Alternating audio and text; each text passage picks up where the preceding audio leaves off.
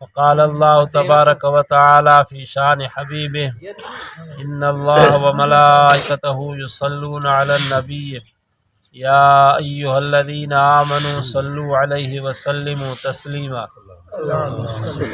अल्लाहुम्मा सल्लि अला मुहम्मद व अला आलि मुहम्मद कमा सल्लैता अला इब्राहीम व अला आलि इब्राहीम इन्नका हमीदुम मजीद। जुमतुल मुबारक जो बाबरकत ॾींहुं आहे। रसूलुल्लाह सल्लल्लाहु अलैहि वसल्लम फरमायो, जुमे जे ॾींहुं मुंहिंजे मथां दुरूद शरीफ़ कसरत सां पढ़ंदा कयो। जेकॾहिं तव्हां चाहियो था त क़यामत जे ॾींहुं जन्नत में नबी पाक सल्लल्लाहु अलैहि वसल्लम जो पाड़ो नसीब थिए त मुंहिंजे मथां दुरूद शरीफ़ घणो पढ़ो। जेको माण्हू हिकिड़ो दफ़ो दुरूद शरीफ़ पढ़े थो, अल्लाह तबारक व तआला उन जे मथां 10 रहमतूं नाज़िल करणु फरमाए थो। एॾी दुरूद शरीफ़ जी फज़ीलत आहे।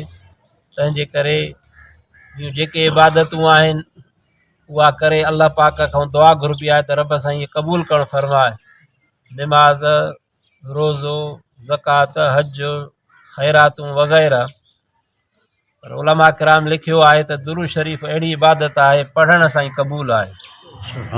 छो त इन अमल में अल्लाह पाक ख़ुदि फरमाए इन्नल्लाह व मलाइकतहु युसल्लूना अलन नबी या अय्युहल्लज़ीना आमनू सल्लु अलैहि व सल्लिमू तस्लीमा।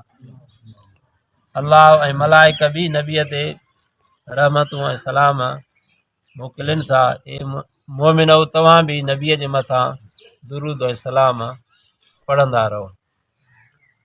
दुरूद जी हिकिड़ी अहम फज़ीलत आहे।